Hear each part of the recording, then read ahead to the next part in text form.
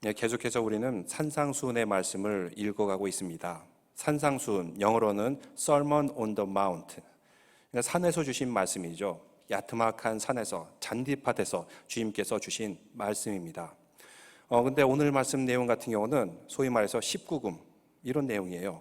그래서 이렇게 어른들하고 남자들 주로 대상으로 하려고 그러는데 일부 파킹랏에서 드라이브인 예배 드릴 때 아이들을 데려온 가정들이 좀 있었어요.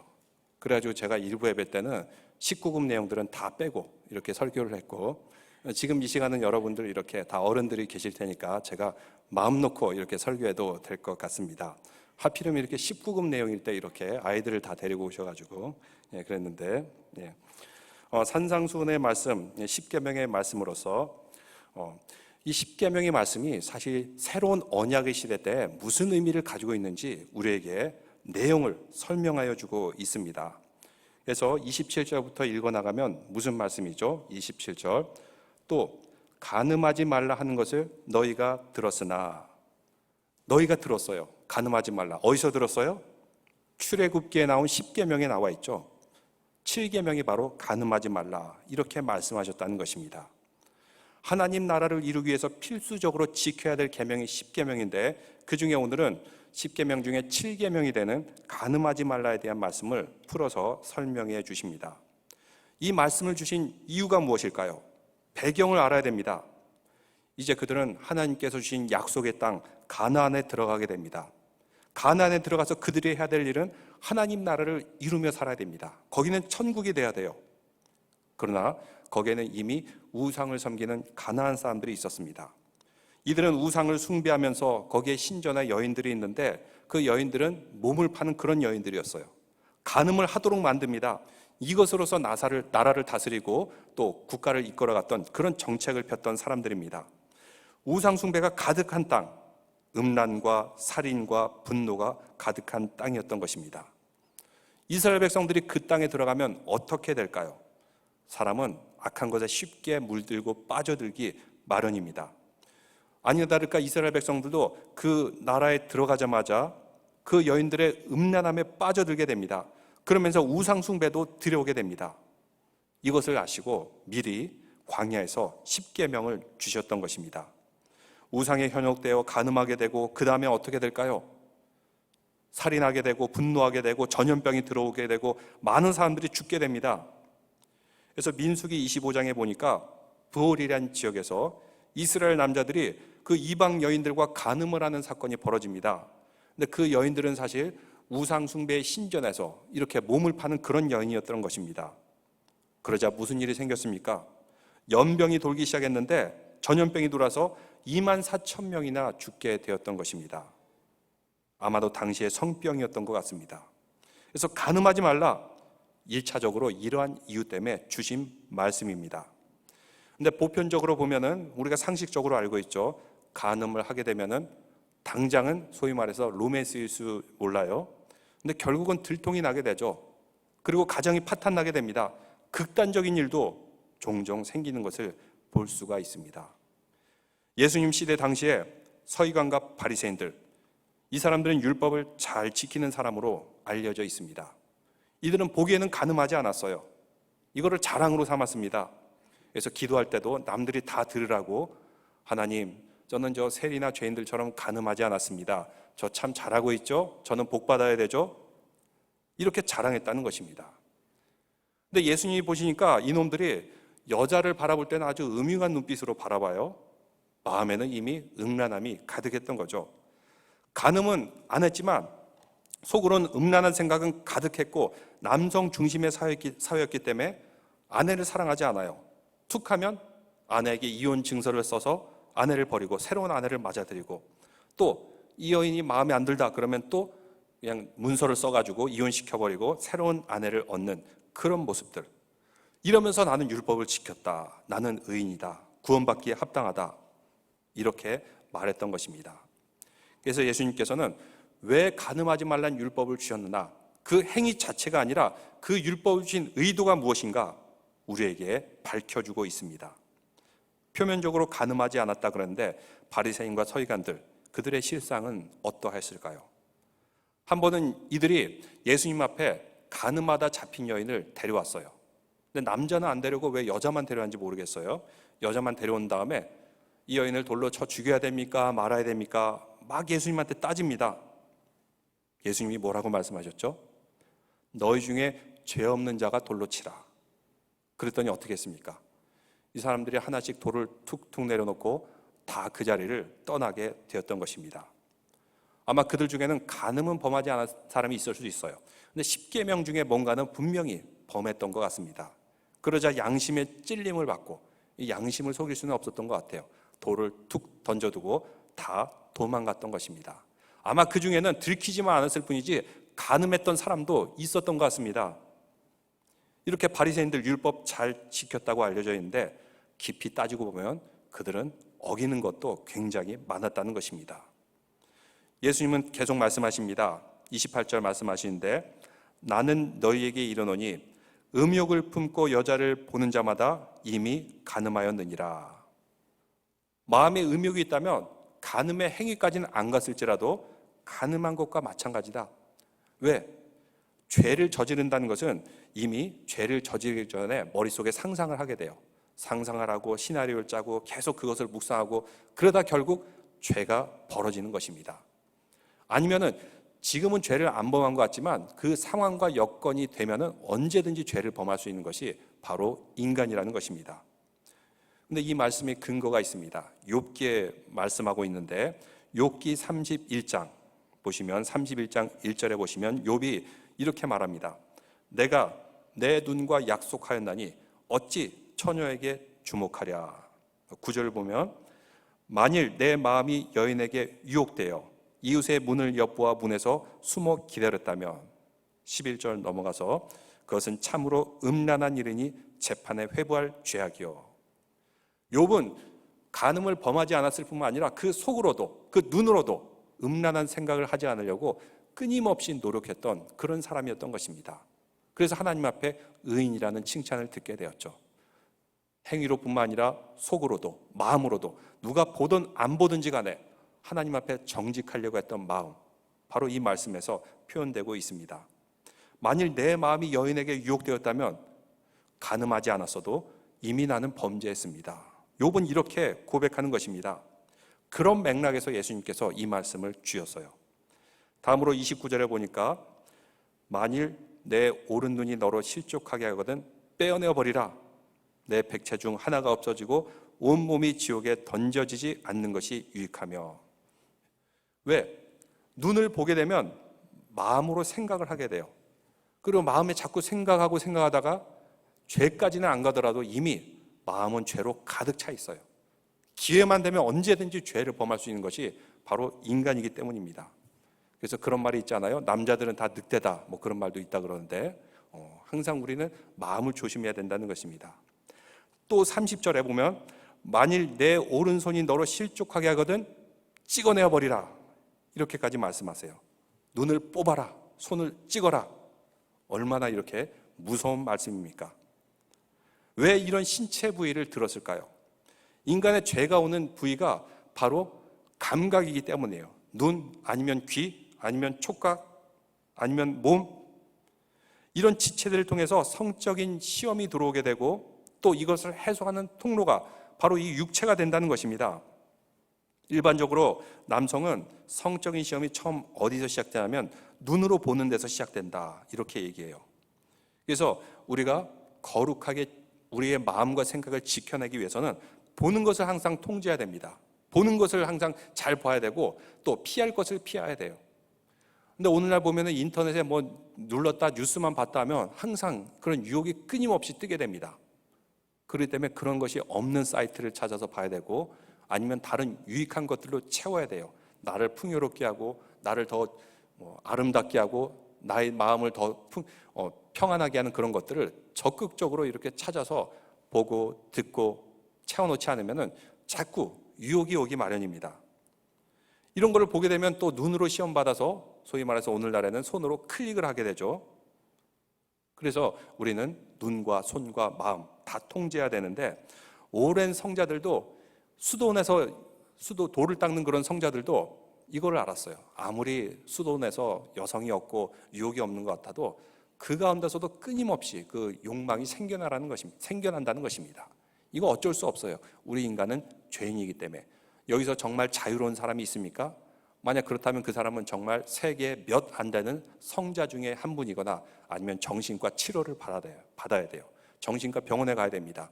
그만큼 죄에 대한 유혹은 우리를 끊임없이 괴롭힌다는 것입니다.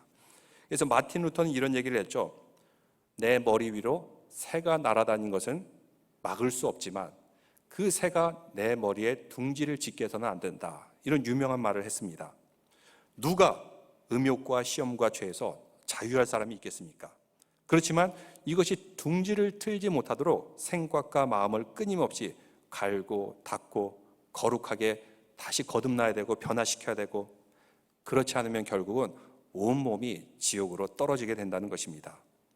대표적으로 긍정적인 예가 있고 부정적인 예가 있습니다. 요셉은 어떠했습니까? 눈과 손과 몸을 잘 지킨 사람입니다. 요셉은 보디발의 아내가 매일 유혹했다고 합니다. 여기서 보디발의 아내가 아주 예뻤을까요? 아니었을까요? 매력적이지 않았다면 성경에 나오지도 않았어요.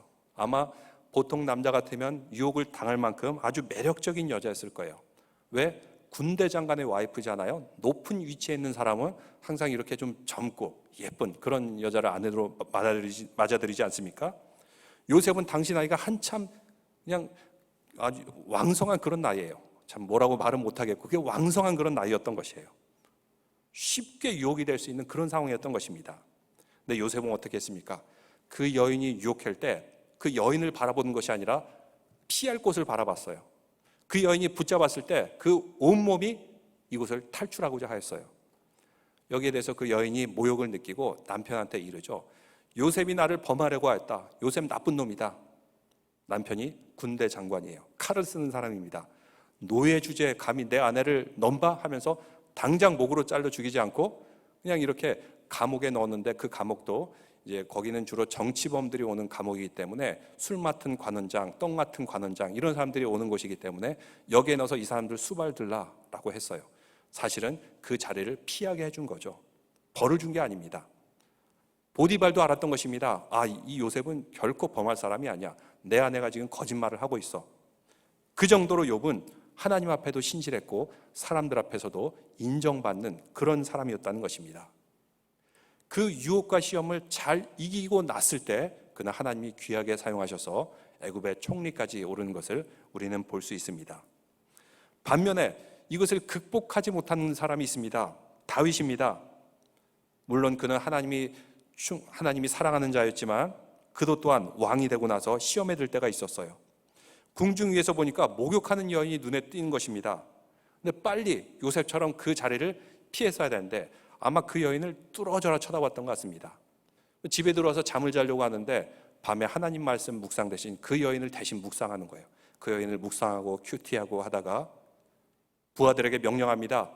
빨리 그 여인 데려와라. 그럼을 통해서 몸이 죄를 범하게 되고 결국 어떻게 됐습니까?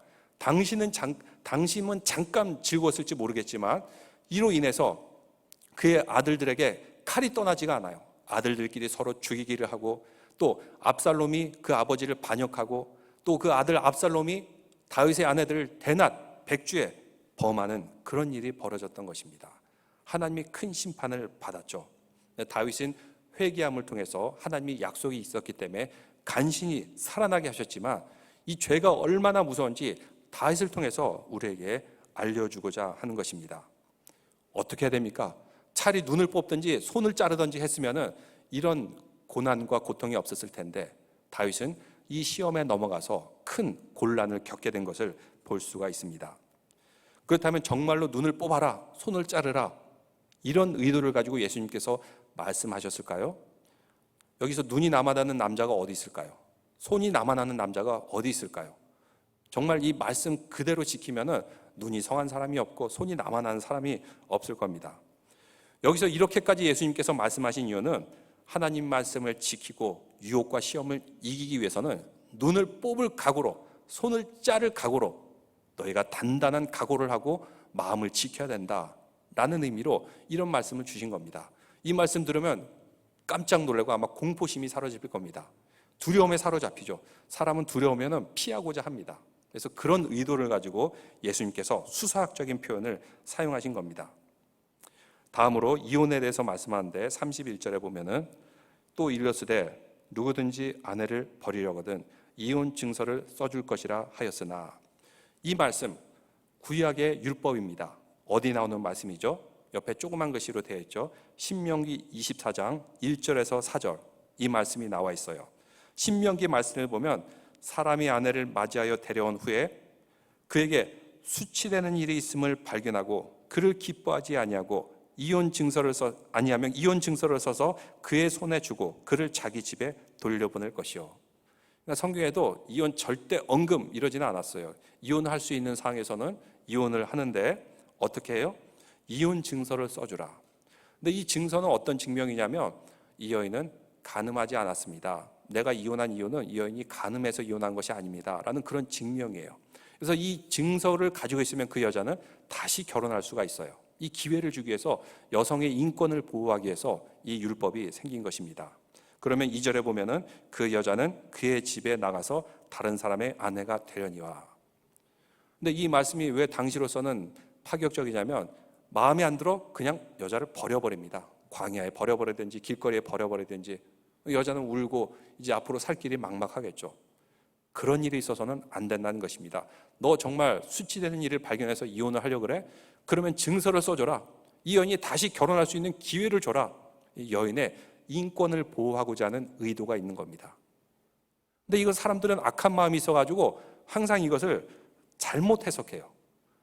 뭘 읽어도 악한 마음이 있는 사람들은 이것을 꼭 이상하게 삐뚤게 해석해요. 당시에 바리새파 사람들 중에서 샴마이 학파 사람들이 있었는데, 샴마이라는 그 스승의 제자들은 이것을 해석하기로 수치되는 일이 있음을 발견하면, 이 수치된 일이 무엇인가? 샴마이 학파는 간음이다, 이거 하나로 한정했어요. 근데 힐렐 학파의 사람들, 그 제자들은 이 수치된 일을 뭘로 해석을 했냐면, 수치된 일은 여자가 요리를 못해도 수치되는 일이다, 여자가 좀 살이 쪄도 수치된 일이다, 내가 다른 여자를 봤는데 저 여인을 아내로 데려오고 싶어, 비교해보니까 이 여인이 못생겼네, 그러면 이건 수치된 일이다. 이 수치된 일을 광범위하게 해석한다는 것입니다. 원래 그런 의도로 주신 말씀이 아닌데 이 악한 마음이 있는 사람들은 꼭 이거를 삐뚤게 해석합니다. 샴마이 학파가 있고 이렇게 힐렐 학파가 있어요. 여러분, 어느 학파가 마음에 드십니까? 어느 학파를 선택하시겠습니까? 우리는 예수 그리스도를 따라야죠. 예수님 말씀 따라야 되는데, 당시에 그 남성 주도적인 사회에서 대부분의 남자들이 힐렐 학파가 맞다 하면서 힐렐 학파를 따라갔던 것입니다. 그래서 아내를 막 버려요. 그래서 그 맥락이 뭐냐면 아내를 버린다는 것입니다. 31절에 아내를 버리려거든. 어떻게 여인을 버릴 수가 있겠습니까? 남성 중심 사회죠. 악한 남자들이 버리는 것입니다. 그 버릴 때는 최소한 증서를 써줘라. 근데 그 증서가 있으면 다시 재혼할 수가 있는데, 예수님은 여기에 대해서 한정하기를 음행한 이유 없이 아내를 버리려거든 그로 간음하게 하며 또 누구든지 버림받는 여자에게 장가든 자도 간음함이니라. 음행이란 것을 예수님께서는 아주 치명적인 그 수치되는 일로 여기셨다는 것입니다. 그래서 오늘날의 시대는 좀 다릅니다. 오늘날은 여성의 인권과 남성의 인권이 동등하죠. 그래서 이런 상황이고, 또 당시는 남자들이 여자를 너무 함부로 해요. 여자를 사람 취급도 안 합니다. 그런 가운데 여성의 인권을 보호해 주기 위해서 이 말씀 맥락이 나왔다는 것입니다. 김창옥 씨의 강연을 들어보니까 이런 사연으로 이혼한 경우를 보게 됩니다. 남편과 아내 이렇게 신혼부부 잘 생활하다가 남편이 어느 날 감자 좀 내줘 라고 했더니 아내가 사랑하는 마음으로 감자를 잘 쪄가지고 내어주는데 설탕에다 같이 찍어 먹으라고 줬어요. 남자가 이거를 탁 찍어 먹더니 이거 설탕 아니야? 왜 설탕에다 감자를 주냐? 그러니까 아내가 우리 집안에서는 원래 감자를 설탕에 찍어 먹는데요. 그래서 남자가 비웃는 듯한 말로 피 하면서 에이, 그 감자를 설탕에 찍어 먹는 집안이란, 이러면서 아주 그 여자의 그 집안을 막 이렇게 깎아내리는 말을 하는 겁니다. 그 여자가 가만히 있을 수 있나요? 이 여자의 자기 집안을 건드렸는데. 그래서 부부싸움 할 때 최소한 집안은 건들지 말아야 돼요. 집안 얘기는 하지 말아야 돼요. 이것 때문에 여자도 같이 이렇게 싸우다가 이혼하는 지경까지 가게 되었던 것입니다. 근데 이혼하기 전에 먼저 법정에 조정 신청 기간이 있어요. 판사 앞에서 조정 신청 기간을 갔는데 여자가 참 거기에 대해서 우리 집안 욕한 거에 대해서 굉장히 모욕적이었나 봅니다. 판사한테 이렇게 물어봅니다. 판사님은 좋은 집안에서 자라셨죠? 판사님 집안에서는 감자를 무엇에 먹어요? 라고 했더니 판사가 기가 막혀 하면서 우리 집은 김치하고 같이 먹습니다. 이렇게 대답을 했다는 것입니다. 예수님께서는 뭐라고 말씀하십니까? 음행한 이유 없이는 아내를 버리지 말라. 7대 학파의 그 바리새인들, 대다수의 바리새인들, 그냥 여자 마음 안 든다고 툭하면 요리 못한다고, 못생겨졌다고 그냥 막 버리는 그런, 여기에 대해서 예수님은 그러면 안 된다라는 의도로 이 말씀을 주셨다는 것입니다. 여자는 버리는 존재가 아니라는 것입니다. 남녀 평등에 대해서 말씀하고 있습니다. 여자는 남성의 소유물도 아니에요. 동등한 인격체입니다. 근데 이 말씀 핵심은 결국 남자에게 주신 건데, 남자들은 쉽게 분노해요. 분노하면 어떻게 하죠? 아내에게 폭력을 가하고 폭언을 하고, 그러면서 막 버리는 그런 나쁜 남자들. 오늘날로 다시 적용하자면 내가 힘 있다고 배우자를 함부로 해서는 안 된다는 건데, 남자가 아니라 그 대상이 여자일 수도 있어요. 예를 들자면 어떤 재벌집 딸이 있는데, 결혼했는데 남편이 뭐 좀 잘못했다고 소리를 빽빽 지르대면서 막 물건을 던져가지고 남편 발가락 뼈를 부러뜨리기도 하고, 또 녹음한 거 들어보니까 당신이 누구 때문에 이렇게 사는데 하면서 막 남편에게 막 삿대질하면서 소리 지르면서 이혼하는 그런 경우. 만약 예수님이 오늘날 오셨다면 그 여인에게 말했을 것입니다. 남편을 함부로 버려서는 안 되느니라, 분노해서는 안 되느니라, 이렇게 말씀하셨겠죠.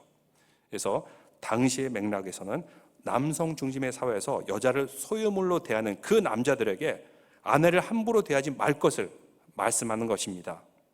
하나님께서 사람을 만드실 때 남자와 여자를 만드시고 한 몸이다, 똑같다 말씀하셨는데, 여자는 소유물이 아니라는 것입니다.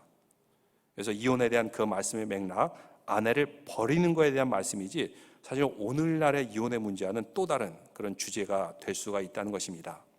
그래서 예수님께서는 수치되는 일, 그 음행이라는 그 치명적인 항목으로 해석하셨던 것입니다. 음행이 왜 문제가 되는 것일까요? 왜 문제가 되기에 예수님께서는 눈을 빼라, 손을 잘라라, 이렇게 끔찍하게 말씀하셨을까요?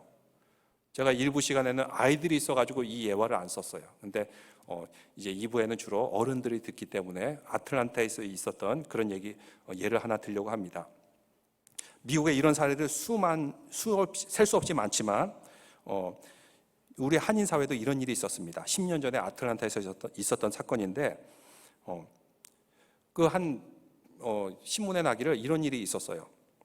한 여성이 있었는데 그 여성이 자기의 남편을 총으로 쏘고, 그 남편의 내연녀도 총으로 쏘고, 그리고 자기가 자살한 그런 일이 있었던 것입니다. 그래서 신문에 나기로는 이 여자가 남편도 쏘고 내연녀도 쏘고 자기가 자살하고 남편은 차로 깔아서 뭉개고 그런 사건이 있었다. 깜짝 놀랐어요. 우리 한인 사회에 이런 일이 있었다니. 근데 알고 보니까 지인들을 통해서 이렇게 정황이 얘기가 됩니다. 이 두 남녀는 캠퍼스 커플이라 그래요. 대학 다닐 때 만나서 결혼을 했어요. 참 얼마나 순수할 때 둘이 사랑하고 만나서 결혼했겠습니까? 근데 여자는 2세예요. 한국말을 거의 못해요. 남자는 1세고 한국말을 잘하고. 근데 그 아내의 직원 중에 한인 1세가 있었던 것입니다. 남편이 아내 직장에 왔다 갔다 하다가 아무래도 한국말 잘하니까 그 아내의 직원하고 말도 잘 통하고, 그러다가 둘이 간음을 했던 것 같습니다. 근데 이 아내가 이제 한국말을 전혀 못하니까 무슨 말을 하는지도 모르고 간음을 했는지도 모르고 있다가 이거를 뒤늦게서야 알게 됐던 것입니다. 이것이 얼마나 이렇게 그 여인에게 큰 분노가 되었던지, 배신감, 분노, 우울증, 시달리다 못해서 어느 날 이 여인이 드디어 복수를 하기 위해서 총을 들고, 이 총을 든다는 것은 총을 쓰기 위해서 연습도 많이 했다는 얘기죠. 총을 사용하는 방법을 알아야 되고, 남편을 총으로 쏴 죽이고, 그 내연녀도 총을 7발이나 쐈어요. 근데 놀랍게도 내연녀는 7발이나 맞았음에도 불구하고 살아남았어요. 그 여인은 살아남았지만 아마 7발 맞은 그 총에 대한 그 후유증은 계속 남아있을 겁니다. 일단 그 여인이 그 자리를 떴다고 합니다. 그러다가 다시 돌아왔는데 아마 사람을 둘 죽이고 나니까 경황이 없었던 것 같아요. 잘못해가지고 그만 그 죽은 남편을 차로 깔아뭉개고 또 자기도 그 현장에서 자살하는 그런 비극적인 사건이 있었습니다. 아이도 둘이나 있었는데 이런 일이 벌어졌던 것입니다. 왜 벌어졌죠? 간음이 벌어졌습니다. 그러자 분노와 우울증을 유발하게 되고, 이 분노가 쌓이고 쌓였던 그 여인이 결국 살인으로까지 가게 되었던 것입니다. 그 간음이라는 것, 아마 둘은 잠깐 만나는 동안 로맨스였을 것입니다. 내가 하면 로맨스, 남이 하는 불륜, 뭐 이런 얘기도 있지만, 그렇지만 그 잠깐의 그 간음, 들통이 안 날 수가 없어요. 오늘날 세상에 들통이 나게 되고, 그 아내는 너무나도 분노하여서 결국 살인으로 이어지게 되고, 참 이런 비극적인 것. 그 두 아이는 어떻게 되려는 말입니까? 두 아이는 앞으로 어떻게 살아가란 말입니까? 이런 일들이 일어난다는 것입니다. 차라리 이런 일이 일어나기 전에 정말 눈이라도 하나 뽑던지 손이라도 잘랐으면 이런 일이 아예 일어나지 않았을 텐데 하는 그런 생각이 들 정도입니다. 예수님께서 그런 맥락 가운데 말씀하셨습니다. 내 눈이 시험 들게 눈을 뽑을 각오로 이 시험을 피해야 된다. 손을 자를 각오로 절대로 거기 빠져들어서는 안 된다. 예수님께서 말씀하여 주고 계신 겁니다. 우리 믿음의 사람들, 이렇게 시험을 피하는 거에서 끝나서는 안 됩니다.